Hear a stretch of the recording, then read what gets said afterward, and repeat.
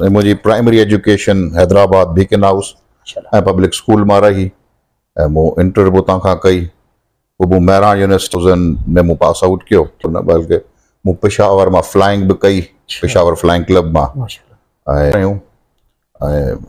मुख्य माशाल्लाह जेके से पुट आहिनि मेन शइ जेको आहे सो मुंहिंजे नज़र में फोकस हुजणु खपे अवाम जे मसलनि ते सरवरी जमायत आउं शुरू खां चवंदुसि सरवरी जमायत ज़िले मटियारी में 2% ज़ुल्फ़िकार अली भुट्टो शहीद बेनज़ीर साहब जा मुरीद आहिनि उन जा जान निसार आहिनि हिसो आहिनि कोलिशन कोन्हे सरवरी जमायत जी पाकिस्तान पीपल्स पार्टी सां कोलिशन कोन्हे बिल्कुलु कोन्हे पीर जे निशान ते बीहनि था ठीकु न त अवां सरवरी जमायत जे निशान ते बीहो तव्हांजो झंडो बि आहे ठीकु आहे पोइ जेका आहे पीपल्स पार्टी अवां सां बिल्कुलु कोलिशन कंदी सभ थो मिले त असांखे वोट कोन अथव जामोट साहबनि खे वोट न अथव असीं कहिड़े लिहाज़ सां जो कमु कयूं आउं त असेंबली में कोन आहियां मौजूदु कल्ह बि हुउसि अॼु बि आहियां ऐं इनशा ताला मरण घड़ीअ ताणी रहंदुसि ॻाल्हि वाला आहे बाक़ी जेका है हालात सॼे मुल्क जा ख़राब आहिनि अवाम जा मसला आख़िर हल कॾहिं थींदा कीअं उन्हनि जे दर्दनि ते मरहम रखिजे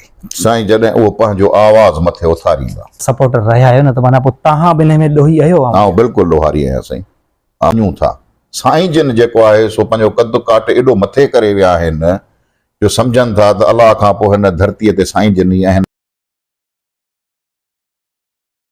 बिस्मिल्लाहिर्रहमानिर्रहीम अस्सलाम वालेकुम व्यूअर्स उम्मीद है खैरियत सां हूंदो सिंध जा मोती मटियारी चैप्टर आऊं तव्हांजो मेज़बान इमरान अली मेमण अॼु आऊं मौजूदु आहियां उन शख्सियत वटि जेको कंहिं बि तारीफ़ जो मोहताज नाहे Pakistan Peoples Party district Matiari जो ज़िले सदर उहिदो त पंहिंजी जाइ ते पर आऊं सम्झां थो त साईं खां वधीक अवामी माण्हू तव्हांखे पूरी पीपल्स पार्टी में न मिलंदो मूंसां गॾु आहे साईं अली हुसैन शाह जामोट साहब अस्सलाम वालेकुम सर वालेकुम सलाम ठीक है सर माशाल्लाह सिंध जा मोती प्रोग्राम असां शुरू ई इन्हनि दोस्तनि लाइ कयो जेके अवामी तर्जुमान बि रहिया आहिनि अवाम जे मसइलनि ते ऐं अवाम जे मामलनि ते इलाही गहरी नज़र बि रखंदा आहिनि उन्हनि जा मसइला हल बि कंदा आहिनि वेलकम थो चवां तव्हांखे पंहिंजे प्रोग्राम में सभिनी खां पहिरीं सर तव्हांजी बुनियादी तालीम केतिरी आहे नंढपण कीअं गुज़रियो बिस्मिल्लाहिर्रहमानिर्रहीम मुंहिंजी primary education Hyderabad beacon house public school में रही मु इंटर बुता खां कई वो मेहरान यूनिवर्सिटी में सिविल इंजीनियरिंग में ग्रेजुएशन कई 2000 में मु पास आउट कियो ठीक सर उन खां पोइ मूं जेका है सा गॾोगॾु न पोइ न बल्कि मूं पेशावर में फ्लाइंग भी कई पेशावर फ्लाइंग क्लब में ऐं पोइ पंहिंजे एग्रीकल्चर खे लगी वियासीं जी माशाल्लाह सर फैमिली में केर केर आहे काफ़ी व्यूअर्स के ख़बर तो हूंदी ज़ाहिर है पर हिकिड़ो अञा जे व्यूअर्स के ख़बर न हुई उन जे लाइ तव्हां सवाल पुछां थो त फैमिली में केर केर आहे ॿार बच्चा माशाल्लाह केतिरा आहिनि इन जे बारे में कुझु सर फैमिली में असीं 2 भाउर आहियूं ऐं मूंखे माशाल्लाह जेके से 2 पुट आहिनि माशाल्लाह ऐं ॿियो त फैमिली मुंहिंजी में जेको आहे वॾो असांजो साईं इमदाद अली शाह वॾो चाचो हो जी जी मुंहिंजे वालिद जे भाउरनि मां माशाल्लाह ऐं उहो हितां खां पाकिस्तान पीपल्स पार्टी जो पहिरियों MPA अनअपोज आयो ठीक ज़बरदस्त ऐं पर अनफॉर्चुनेटली जेका है सा संदसि वफ़ात थी वई एक्सीडेंट में उन खां पोइ संदो नंढो भाउ साईं अमीर अली शाह जामोट उनजी सीट ते उहो बि अनअपोज आयो वरी 77 में पोइ MPA थियो मुंहिंजो वालिद साहब सैयद आफ्ताब अली शाह जामोट डिस्ट्रिक्ट काउंसिल जो मेंबर रहियो ऐं इही मुंहिंजी जेका फैमिली आहे साईं ज़ुल्फ़िकार अली शाह जामोट वरी मुंहिंजे वालिद जा कज़न्स आहिनि त असांजी जामोट फैमिली जेका आहे सा सादात आहे मटियारी सर ॿुधायो त एग्रीकल्चर में ज़ाहिर अची वियो तव्हांजूं ज़मीन वग़ैरह पंहिंजूं हुयूं पर ज़ाहिर हिकिड़ो पंहिंजो गोल त ज़हन में हो त के इंजीनियर थिया या ॿी का वॾी पोस्ट ते अचां या पोइ एग्रीकल्चर ई पंहिंजी ज़मीनुनि जे करे उन गोल खे छॾिणो पियो तव्हांखे साईं असल में जेका आहे सा इंजीनियरिंग त एजुकेशन पर्पज़ लाइ असां मूं कई ठीकु आहे ऐं चङनि माण्हूअ खे एजुकेटेड हुजणु ज़रूरी आहे जो इंसान थोड़ो सम्झे बुरे ऐं भले खे बाक़ी असांजी फैमिली अलहमदुलिल्लाह जेका है सा वेल नोन फैमिली आहे जंहिं अवाम जी ख़िदमत कई आहे ऐं कोन वियुसि सही ऐं हिते जेका असां रही पहिरीं पंहिंजे चाचे जो हथु वंडाईंदो रहियुसि पोइ अलहमदुलिल्लाह मूंखे पार्टी मौक़ो ॾिनो मूंखे जेका असां वाइस प्रेसिडेंट कयो पोइ आउं प्रेसिडेंट थियुसि ऐं अवाम जी ख़िदमत लाइ जेका बि असांजे वस जी ॻाल्हि आहे त उहा कोशिशि कयूं था अच्छा पीपल्स पार्टी में एज अ वर्कर तौर आयो तव्हां उन खां पोइ वॾे कंहिं उहिदे ते आयो या डायरेक्ट ई उहिदो को मिलियो तव्हांखे? साईं असांजी फैमिली असीं अखि पटी आहे पीपल्स पार्टी में। ठीकु आहे। मुंहिंजी जेका आहे सा डेट ऑफ बर्थ आहे 2 सेप्टेम्बर 1976। ओके। ऐं 67 में जॾहिं भुट्टो साहब क़याम रखियो हुते लाहौर में, उते जेका आहे सा साईं इमदाद अली शाह जामोद साहब जिन हुन सां मौजूदु आहिनि, ऐं मुंहिंजो वालिद साहब जा चाचा अमीर अली शाह, इहे सभु पीपल्स पार्टी में। सो हाणे सॼी असांजी फैमिली जहिड़ी वर्कर थी उन में ई जेका असां ज़िंदगी गुज़ारीसूं ऐं कमु कंदा रहियासीं। को उहिदो न हो, बाक़ी हूअं त माशाल्लाह। सर ॿुधायो था त फैमिली बैकग्राउंड या शुरू खां पीपल्स पार्टी में ज़ाहिर इंस्पायर बि कंहिं वॾे खां ई तव्हां थी पोइ पीपल्स पार्टी में आयो, या कॾहिं थियो आहे त ॿी पार्टी में बि वञी ॾिसिजे? साईं शहीद ज़ुल्फ़कार अली भुट्टो जो एॾो वज़न ॻरो आहे अल्हम्दुलिल्लाह पाकिस्तान पीपल्स पार्टी में, जो मूंखे त उन जे टकर जो ॿियो को लीडर नज़र कोन आयो। हा, कायदे आज़म मोहम्मद अली जिन्ना जंहिंजा वॾा थोरा आहिनि त हिन मुल्क जो क़याम में, पर उन खां पोइ जेकॾहिं पाकिस्तान ते थोरा आहिनि त उहो शहीद ज़ुल्फ़कार अली भुट्टो जा आहिनि, जंहिं अव्हांखे ग़रीब मुल्क, जंहिंखे अव्हांखे एटॉमिक पावर तव्हांखे ॾिनो, अव्हांखे जेका आहे सा काफ़ी ॿिया अहिड़ा प्रोजेक्ट्स, पर उनखे वक़्तु ॾाढो थोरो मिलियो। वरी उन खां पोइ जेको उन सां ज़ुल्म थियो, वरी उन जी जेका असां न्याणी शहीद राणी, उन जे बि जेको आहे सो कैलिबर ऐं क्लास जो को मूंखे त लीडरशिप हिते नज़र कोन आई। माना ॿी नथा सम्झो त ॿी के पार्टी जी जाइ बि ख़ासि करे सिंध में आहे? सिंध छा, पाकिस्तान में ज़ोरी पार्टियूं आंदियूं आहियूं आहिनि, ऐं सलाम आहे हिननि जे सब्र खे, पर हिननि कॾहिं बि जमहूरियत खे डीरेल थियण न ॾिनो, ऐं हिननि कुर्बानियूं ॾिनियूं। ऐं बाक़ी सभु को अची पकल देग ते जी वेठो आहे, पर हिननि जूं कुर्बानियूं। सर मटियारी जी सियासी सूरत हाल ते था अची वञूं, हींअर 2 खां 4 ॾींहं थिया आहिनि, कुझु सम्झो था हिन में कशीदगी आहे या पोइ इहे बयान वग़ैरह ईंदा रहंदा आहिनि? नाराज़गियूं थींदियूं रहंदियूं आहिनि, बयान ईंदा रहंदा आहिनि, पर एतिरे पैमाने ते मुनासिब कोन हो। ठीकु आहे। बाक़ी हाणे इलेक्शन में अल्हम्दुलिल्लाह पीपल्स पार्टी ज़िले मटियारी मां क्लीन स्वीप कयो आहे। सो हाणे मेन शइ जेको आहे सो मुंहिंजे नज़र में फोकस हुजणु खपे अवाम जे मसलनि ते, न के असांजा पंहिंजा मसला आहिनि उन ते फोकस हुजणु खपे। माना भई तव्हांजो पोइ ज़हन या तव्हां सम्झो था त इन्हनि सियासी मसलनि जे करे अवाम जा मसइले अंदरि लीडरशिप सां जंग हलंदी त तव्हां पंहिंजी कंदा या अवाम जी कंदा? अवाम जी त तव्हां ॻाल्हि ई कोन था कयो। तव्हां त ॻाल्हि सिधी जंहिं महिल बि मूं साईं जी स्टेटमेंट ॿुधी आहे, सरवरी जमायत। आउं शुरू खां चवंदो साईं, सरवरी जमायत ज़िले मटियारी में 2% खां 3% मस हूंदी। 97% जेका अवाम जेका असांजे चूंडियल नुमाइंदनि खे वोट थी ॾे, उहे पाकिस्तान पीपल्स पार्टी शहीद ज़ुल्फ़कार अली भुट्टो, शहीद बेनज़ीर साहब जा मुरीद आहिनि, उन जा जान निसार आहिनि, जेके बेलोस तव्हांखे बिना कंहिं गर्ज़ जे तव्हांखे वोट ॾेई था वञनि। ऐं आउं सम्झां थो त अवां वटि 95% माण्हू जेके आहिनि कम लाइ बि कोन था वञनि। न त सम्झो था जेको वोट उन्हनि खे पवे थो उहो पीपल्स पार्टी जे नाले ते ई पवे थो, उन्हनि जी पर्सनल PR ते या मुरीदी पीरी मुरीद ते नथो पवे? न साईं, बिल्कुलु 100% पाकिस्तान पीपल्स पार्टी। हुनजो त इहो ई चवणु आहे त भई पीरी मुरीदी बि आहे असांजी, असां खां सवाइ हिते कंहिंखे वोट पवंदो ई कोन्हे, ऐं इन लाइ काफ़ी दफ़ा उहे हमेशह खटींदा आया आहिनि। साईं अर्ज़ु इहो आहे त 2 शयूं हूंदियूं आहिनि, हिकिड़ी हूंदी आहे कोलिशन, ॿियो हूंदो आहे पार्टी जो हिसो। मखदूम साहब पार्टी जो हिसो आहिनि, कोलिशन कोन्हे। सरवरी जमायत जी पाकिस्तान पीपल्स पार्टी सां कोलिशन कोन्हे, बिल्कुलु कोन्हे। पीर जे निशान ते बीहनि था, ठीकु है, न त अवां सरवरी जमायत जे निशान ते बीहो, तव्हांजो झंडो बि आहे, ठीकु आहे। पोइ जेका आहे पीपल्स पार्टी अवां सां बिल्कुलु कोलिशन कंदी, असीं कॾहिं कैंडिडेट कोन बीहारींदासूं, और अवां पोइ ॾिसो केतिरो जेको आहे माण्हू उहो फर्ज़ सम्झी वोट ॾियनि था या नथा ॾियनि। सर विच में ॻाल्हियूं हलियूं पे इलेक्शन दौरान या इलेक्शन खां पोइ तव्हांजी सदारत ते, तव्हां सदारत तां इस्तीफ़ा ॾिनी आहे, इन में भला केतिरी सदाकत हुई? छो जो काफ़ी सहाफ़ियुनि सां बि मुंहिंजे इन मामले में ॻाल्हि थी आहे, उन्हनि जो बि इहो चवणु आहे त साईं सां असांजी ॻाल्हि थी हुई, उन्हनि इस्तीफ़ा जी ॻाल्हि बिल्कुलु कई हुई। साईं मूं अर्ज़ु इहो कयो त मखदूम साहब असांजे चवण ते माण्हुनि जो अवाम जो कमु नथा कनि। ठीकु आहे, असां मुसलसल साईं जन खे हिते वोट ॾियारियूं था, ऐं जॾहिं उहा इलेक्शन खटे था वञनि त असांजे माण्हुनि जो कमु करण खां इनकार था कनि। ठीकु आहे, बल्कि असांजो को माण्हू उते कम लाइ वञे थो त उते हुनखे जवाबु थो मिले त असांखे वोट कोन न अथव, जामोद साहबनि खे वोट न अथव, वञी उन्हनि खां कमु वठो। इहो हलंदो रहियो सिलसिलो। असां बि पार्टीअ जे करे माण्हुनि खे मिनथूं कंदा रहियासीं, माण्हुनि वोट ॾींदो, पर हाणे अवां ॾिसो पिया त ज़मानो जंहिं लिहाज़ सां हींअर जेका आहे सा उजागर थी चुको आहे, उहो सवाल करे थो। हाणे असांखे वोट ॾिनो आहे, असां हुननि जो कमु कयूं त असां वटि कहिड़ो उहिदो आहे, असीं कहिड़े लिहाज़ सां जो कमु कयूं। आउं त असेंबली में कोन आहियां मौजूदु जो आउं मटियारीअ जे अवाम जो आवाज़ वञी असेंबली में पहुचायां, इहो बार त हुननि ते आहे। सो असांखे हींअर माण्हुनि जवाबु ॾेई छॾियो, चई साईं असांखे महिरबानी करे मखदूम साहिबनि जे वोट लाइ न चइजो। मुंहिंजो साईं आउं जेकॾहिं अव्हां जी वर्क नथो करे सघां त मुनासिब नथो सम्झां त आउं हिन उहिदे खे पाण सां रखां। कल्ह बुसि, अॼु बि आहियां ऐं इनशा ताला मरण घड़ीअ ताणी रहंदुसि।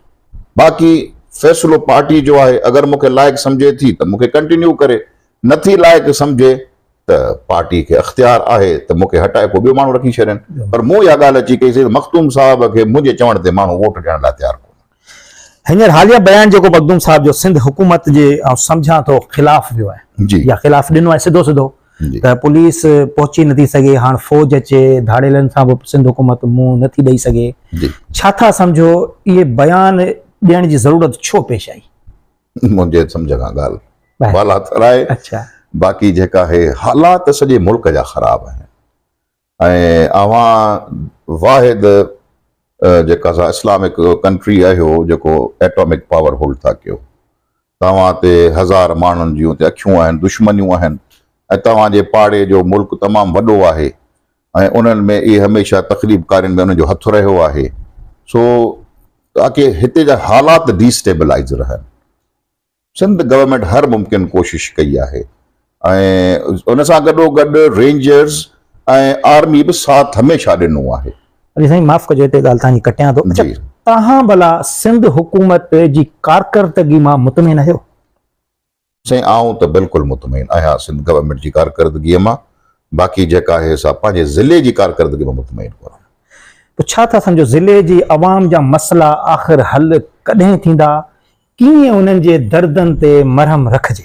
साईं जॾहिं उहो पंहिंजो आवाज़ मथे उथारींदा, जॾहिं उहो मथे लीडरशिप ताणी पंहिंजो पैगाम पहुचाईंदा। अॼुकल्ह इंटरनेट जो दौरु आहे, सोशल मीडिया जो दौरु आहे ऐं उन में पंहिंजो पहुचाइनि त बाबा असां सां जेका असांखे को अहिड़ो नुमाइंदो ॿियो ॾिनो वञे त बिल्कुलु जेका आहे असां को अहिड़ो ॿियो माण्हू, बाक़ी हीअ त आज़माइल आहिनि ऐं हिननि खे मुख़्तलिफ़ तक़रीबन 4-5 टेन्योर खां 6 टेन्योर में तव्हां त सर सपोर्टर रहिया आहियो न, त माना पोइ तव्हां बि हिन में ॾोही आहियो? आउं बिल्कुलु ॾोहारी आहियां साईं, आउं पंहिंजो ॾोह बिल्कुलु मञां थो, पर मुंहिंजी मजबूरी आहे त असां गैर मशरूत लिहाज़ सां पाकिस्तान पीपल्स पार्टी सां गॾु आहियूं। ठीकु आहे, न त मथे सर शयूं ज़ाहिर तव्हां ॻाल्हाईंदव त हूंदव, पहुचाईंदा त हूंदव, त बाबा आवाम जो कमु नथो थिए, कुझु त चेंजिंग आणियो, का त तब्दीली आणियो, त पार्टी जे हिसाब सां या तंज़ीम साजी जे हिसाब सां सम्झां त तव्हांजी ॿुधी वञे न सर। मथे साईं वरी पोइ उहा ग्रुप बंदी जी ॻाल्हि अचो थी वञे त बाबा माण्हू उन्हनि खे वोट ॾियनि था, तव्हांखे तकलीफ़ आहे। अच्छा, माण्हू त को आवाज़ नथो मथे उथारे, माण्हू को ॻाल्हि केरु करे त मथे ताणी ॻाल्हि पहुचे। माना त सम्झो अवाम खे पाण ॻाल्हाइणो पवंदो, हिन जदीद दौर में अवाम खे हाणे उथणो पवंदो। जमहूरियत जो मतिलबु छा आहे? जमहूरियत जो मतिलबु इहो आहे त अवाम जी आवाज़, अवाम जेकॾहिं पंहिंजो आवाज़ दॿाए रखंदी त पोइ हुनजो नुक़सान इहे ई थींदा। व्यूअर तव्हां सम्झां थो त काफ़ी दोस्तनि हिन प्रोग्राम जो लाइव ते इंतज़ारु कयो हूंदो त इमरान भाई प्रोग्राम लाइव आणींदो, पर ज़ाहिर आहे नेटवर्क जा इशूज़ तव्हां सभिनी दोस्तनि खे ख़बर आहिनि, सो इन करे ही रिकॉर्डिंग मूं कराई ऐं इन खां पोइ मूं ही अपलोड कई आहे। साईं मोहम्मद अली शाह साहब ॼामोट, ठीकु आहे, सेनेटर बि काफ़ी टाइम रहिया, सम्झो था त उन्हनि जूं कुझु ग़लतियूं कोताहियूं आहिनि या उन्हनि जे कमनि मां तव्हां मुतमिन आहियो?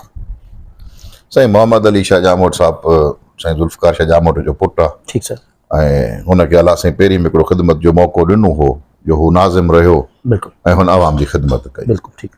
ऐं हिते असां सां प्रॉब्लम इहो ई आहे त हिननि जी सीनियोरिटी मुताबिक़ पार्टी मखदूम साहिबनि खे ॾाढी इज़त ॾिए थी ऐं सॼो ज़िलो हुननि जे हवाले करे छॾियो आहे। उन जे करे आउं ज़िले जो सदर हूंदे बि कुझु कोन करे सघियुसि, मोहम्मद अली शाह ॼामोट साहिबु सेनेटर हूंदे बि कुझु कोन करे सघिया।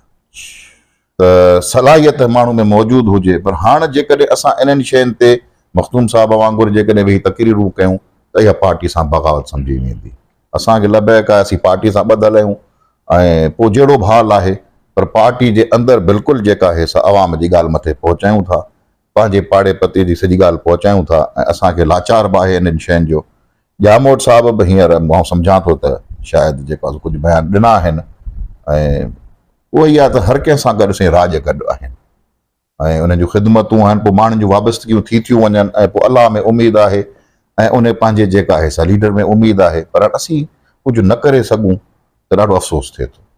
पोइ सर सम्झो था त पोइ हिकिड़े साफ़ी सां मुंहिंजी तव्हांजे मुतलिक़ ॻाल्हि थी त उन बि मूंखे ईअं ई चयो त साईं अली हसन शाह साहिबु असांखे अली हसन शाह साहिबु हिकिड़े दफ़ो इहो बि चयो त अहिड़ी सदारत मूंखे खपे न। अहिड़ी का ॻाल्हि थी हुई की साफ़ी सां तव्हांजी साईं आउं त ॻाल्हि त कयां जॾहिं वोट नथो ॾेई सघां त आउं लाइक़ु कोन्हे, पर त पार्टी मूंखे जेका आहे सा रखियो वेठी आहे उहा हुनजी महिरबानी माना थी आहे। सम्झो था त तव्हांजो मूड इस्तीफ़ा ॾियण जो या साइड ते थियण जो आहे, पर पार्टी तव्हांखे नथी छॾे। सर आउं साइड थियो वेठो आहियां, वेठो हुयो साइड थियो वेठो आहियां। साइड इहो ई आहे न, हा। जॾहिं तव्हां कंहिंजो कमु न करे सघो त पोइ साइड थियो न, पोइ उहिदो रखी या न रखी में कहिड़ो फ़र्क़ु थो पए। अवामी मसइलनि जे लाइ छा मखदूम साहिब सां गॾिजी नथो सघिजे? मखदूम साहिबनि सां साईं हली उते वञूं था, ठीकु आहे, जॾहिं सॾनि था वञूं था। साईं जिन जेको आहे सो पंहिंजो कद काट एॾो मथे करे विया आहिनि जो सम्झनि था त अलाह खां पोइ हिन धरतीअ ते साईं जिन ई आहिनि, बाक़ी ॿी त कास्ती आहे कोन। ऐं मुस्लमान केतिरो तकबुर जाइज़ आहे कोन। सो असीं त सदाईं हलण लाइ तयारु आहियूं। वोट ॾियारियूं पिया अव्हांखे सॼी हर दफ़ा वोट ॾियारिया अथऊं अची, इन खां वधीक बाक़ी ॿियो सम्झो था हुन पासे लचक सफ़ा कोन्हे। साईं था चवनि साईं त जेको आहे सो उते ख़लीफ़ा थी हथ ॿधी बीहो, इहो साईं अलाह खां सवाइ ऐं कंहिंजे बग़ैर कोन थो बीह सघे। सम्झो था इन्हनि सॼे मामलनि जे करे जेको हेठियों वर्कर तव्हांजो आहे जी उहो काफ़ी डिस्टर्ब थियो आहे। बिल्कुलु आहे साईं, अॼु खां कोन्हे साईं, घणे वक़्त खां वठी आहे, मुंहिंजे अचण खां पहिरीं बि आहे। अच्छा, तव्हांजे अचण खां पोइ ताईं सम्झो था त वर्करनि में कुझु ख़ुशी जी लहर आई हुई? साईं वर्करनि में बिल्कुलु ख़ुशी जी लहर आई हुई, पर वरी बि ॻाल्हि इहा आहे त वर्करनि जो जेको आवाज़ न ॿुधी सघिजे, केरु उन्हनि जो दाद फरियाद न करे त वीचारा माठ थी विया वरी। पर वरी मसइलो इहो ई आहे त हिननि खे शाबस आहे जो जंहिं महिल इलेक्शन अचे थी तंहिं महिल वरी बि जेका आहे सा शहीद राणीअ जो नारो हणी ऐं बिलावल साहिब जो अखियूं ॾिसियो वोट ॾियो था वञनि। अच्छा, तव्हांजी भला ज़रदारी साहिब ताईं त पहुचां सम्झां थो हूअं ई आहे, बिलावल साहिब ताईं बि पहुच तव्हांजी आहे या उन्हनि सां कॾहिं ॻाल्हायो आहे साम्हूं ई सॼी हिननि मामलनि ते? ॿुधो साईं, अलाह महिरबानी रहियो आहे, आसिफ साहिबु महिरबानी रहियो आहे माशाल्लाह, ऐं जेका आहे सा मूंखे पंहिंजे औलाद वांगुरु हमेशह इज़त कई अथसि। जॾहिं बि ॾिसंदा आहियूं माशाल्लाह तव्हां सां मिलण जो तरीक़ो ई हुनजो इहो हूंदो आहे जीअं बिलावल साहिब में मिलनि जाके पंहिंजे फर्ज़नि सां मिलनि, बिल्कुलु ईअं आहे। ऐं जेका सा मैडम बि तमामु घणी जेका आहे सा शफ़क़त जो हथ रखंदी आहे ऐं आसिफ साहिब सां मुंहिंजो ताल्लुक़ जेका आहे सा सियासत मुंहिंजे अचण खां पहिरीं जो आहे। बिल्कुलु। ऐं पोइ आसिफ साहिब ई मूंखे चयो त कमु कर, पोइ आउं उन जे हुकुम सां ई हिते आयुसि ऐं हिते जेका आहे सा स्टार्ट मूं वरितो वाइस प्रेसिडेंट खां, पोइ मूं ते अलाह महिरबानी कई आसिफ साहिब खे मूंखे प्रेसिडेंट कयूं। तो बिल्कुलु उन्हनि सां जेका आहे सा चेयरमैन साहिब सां मुलाक़ातूं आहिनि, पर अहिड़ी का जेका आहे सा मूं अञा ॻाल्हि ख़ासि कोन थी सघी आहे ऐं न को मूंखे को अहिड़ो मौक़ो मिलियो आहे। ख़्वाहिश मुंहिंजी आहे त चेयरमैन साहिब मूंखे सॾनि ऐं मुंहिंजो ॿुधनि मौक़ुफ़।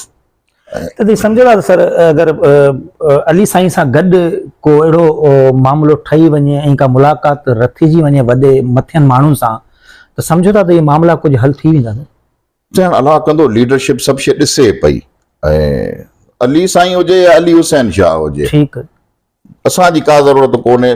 को अहिड़ो माण्हू जेको पार्टी खे सम्झ में अचे, जेको हिते माण्हुनि जी ख़िदमत करे सघे, महिरबानी करे उनखे मुक़ररु कर। हेतिरनि सालनि खां सर मुक़ररु न पिया कनि, अलाह कंदो, अलाह में उमेद आहे इंशाअल्लाह ताला। तेसिताईं सर अवाम दरबदर सर अवाम वरी बर्ज़ कंदुसि त अवाम पंहिंजो आवाज़ उथारे।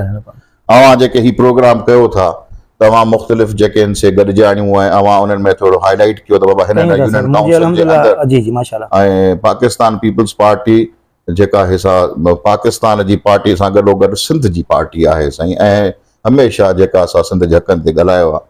अवां हिते तनक़ीद करण वारा जेके आहिनि से तनक़ीदूं कनि था। पाकिस्तान पीपल्स पार्टी जेके तकलीफ़ुनि जा दौर गुज़ारिया तंहिंमें हुकुमरान ॿिया हुआ, उन्हनि जेके हिते खीर जूं नदियूं वाहियूं आहिनि साईं, उहे बि असांखे सारियूं पियूं आहिनि।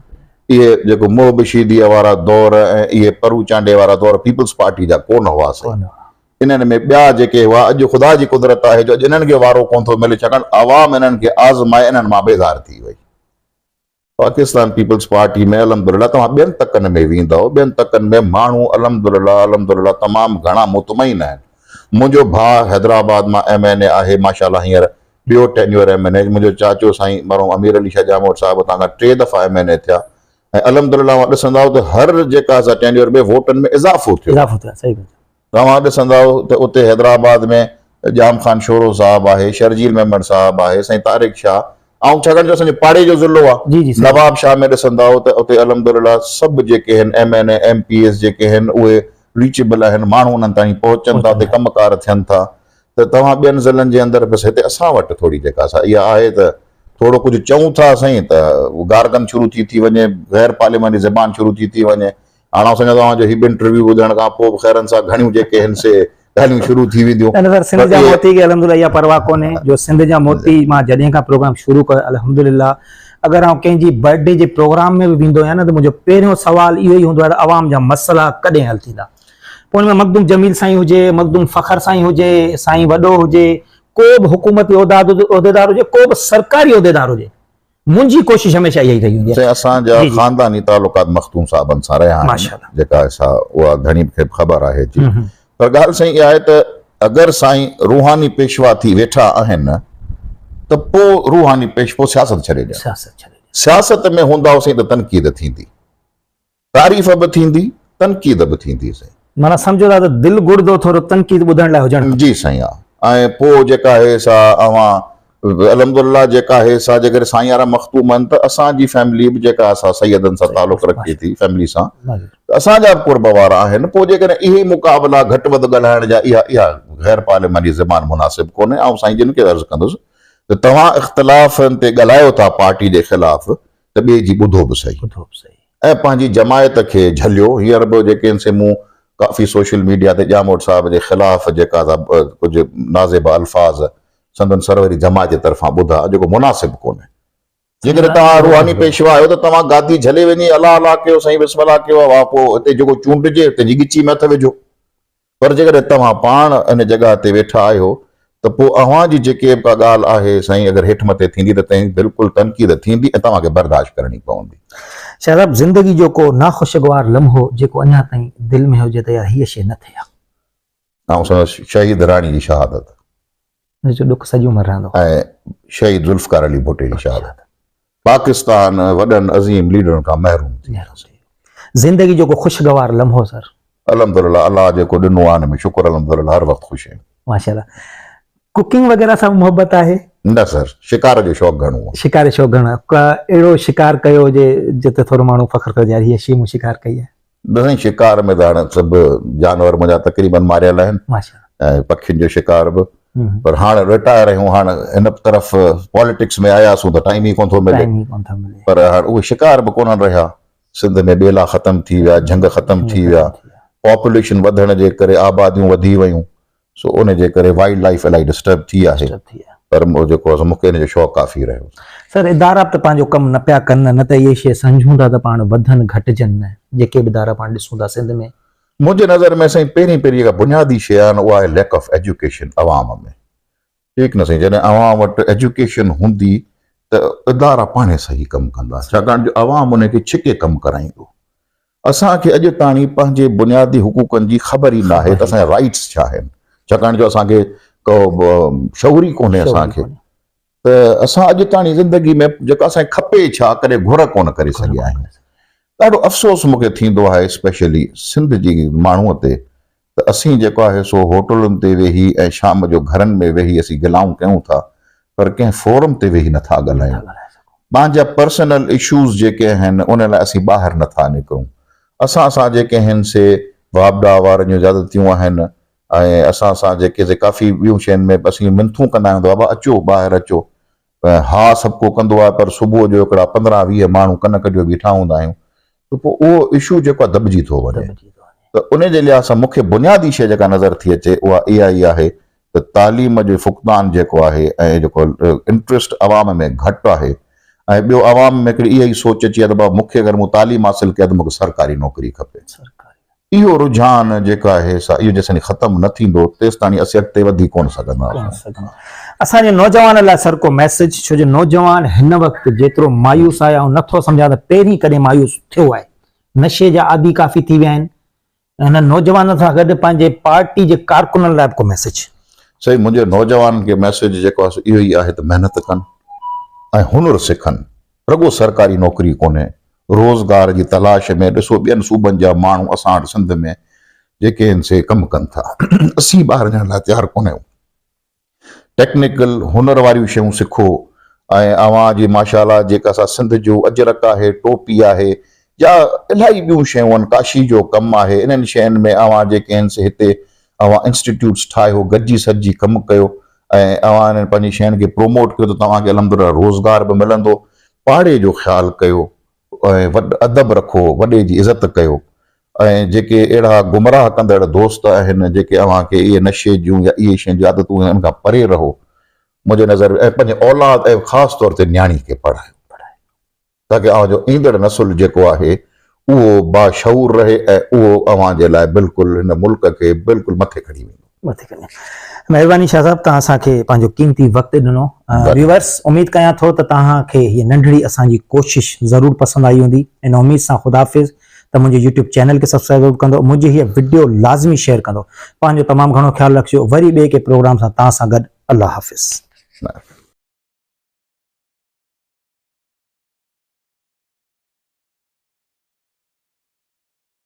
इहो अल्लाह खां सवाइ कंहिंजे बग़ैर कोन थो बीह